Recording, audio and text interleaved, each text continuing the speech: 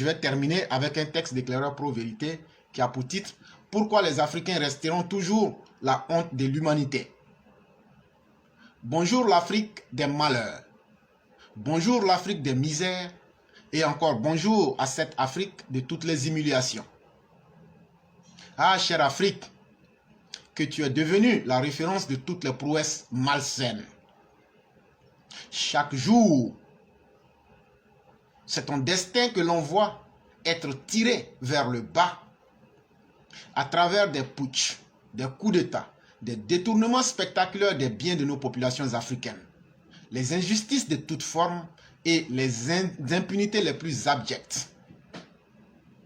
Chers Africains, comment voudriez-vous que le reste du monde apprenne à nous respecter, nous autres Africains, si nous-mêmes, nous n'apportons rien de positif à l'humanité? Il faut que chaque Africain se pose bien cette question. Nous autres Africains avons fini par faire croire au reste du monde que l'Afrique est un continent de malheur et un continent de misère et de miséreux. Et après, c'est encore nous, les mêmes Africains, qui allons nous plaindre que les autres nous traitent comme la risée de l'humanité. Pourquoi sommes-nous silencieux lorsque des Africains font la chasse à d'autres Africains, comme ce fut le cas en Afrique du Sud? Qu'est-ce qui justifie le racisme, la xénophobie entre nous, Africains, lorsqu'on voit des xénophobes comme Laurent Gbagbo, Odette Lorougnon et bien d'autres comme Bédié en Côte d'Ivoire, lorsqu'on voit les Peuls ostracisés en Guinée, lorsqu'on voit les Bamileke ostracisés au Cameroun? Et que faisons-nous pour corriger ces injustices et ces iniquités? Puisque personne parmi nous ne veut prendre ses responsabilités, chacun fait semblant de ne pas voir la situation. Pourquoi nos armées locales veulent-elles justifier leurs incompétences face au djihadisme en perpétrant des coups d'État, comme ce fut le cas au Mali et tout récemment au Burkina Faso? Ont-ils fait mieux que les civils qu'ils ont pu chasser du pouvoir? La réponse est connue de tous. Chers Africains, la liste des questions est très longue. Qui nous encourage à applaudir bêtement ces putschistes dans des pays comme le Mali ou même le Burkina, alors que ces putschistes n'ont qu'un seul objectif: remplir leurs poches. Malgré les belles paroles et les mensonges grossiers, ils ne sont là que pour remplir leur compte bancaire. Que dites-vous, chers Africains de la CEDEAO? Que dites-vous, chers Africains de l'Union africaine, qui êtes restés silencieux depuis très longtemps?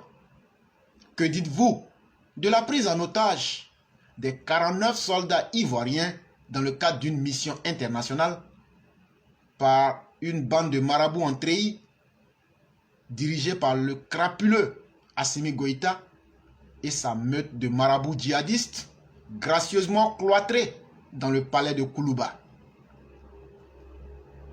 Qui ordonne à nos dirigeants de pratiquer le vol à outrance des biens de nos États et à déposer ces mêmes biens, ces argents volés dans les caisses de nos pays africains qu'ils déposent dans les pays occidentaux? Nous autres Africains sommes des hypocrites. En vérité, il faut le reconnaître, nous sommes des irresponsables doublés d'inconscients en puissance exponentielle. Sinon, comment comprendre que lorsque nous sommes opposants ou dans l'opposition, c'est nous qui trouvons que tous les putschs sont salutaires. C'est nous qui trouvons que les régimes en place sont mauvais. C'est nous qui trouvons tout à redire. Mais lorsque nous sommes au pouvoir, même en face du mal, nous souhaitons ne pas reconnaître la vérité. Une fois parvenus au pouvoir,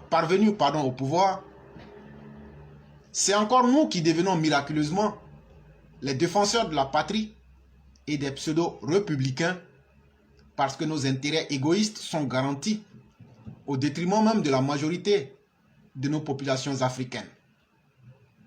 Peut-on continuer à ériger l'inconscience, l'impunité, l'irresponsabilité, le manque de justice sociale? Peut-on continuer à ériger ces valeurs négatives en règle de vie dans nos pays africains et espérer y obtenir la stabilité dans le même temps sur notre continent? Pour ma part, je pense que la réponse est non.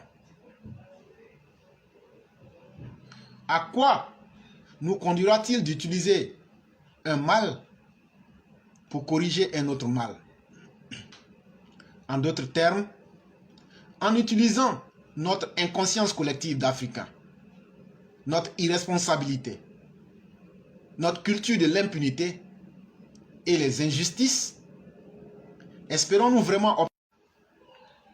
Mais en réalité, cela n'est pas possible. Nous sommes condamnés à faire le choix de la responsabilité et de l'objectivité.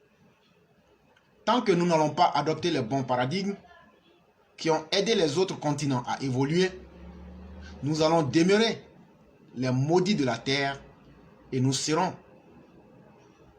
les référents de l'humiliation même de cette humanité. Éclaireur pro vérité.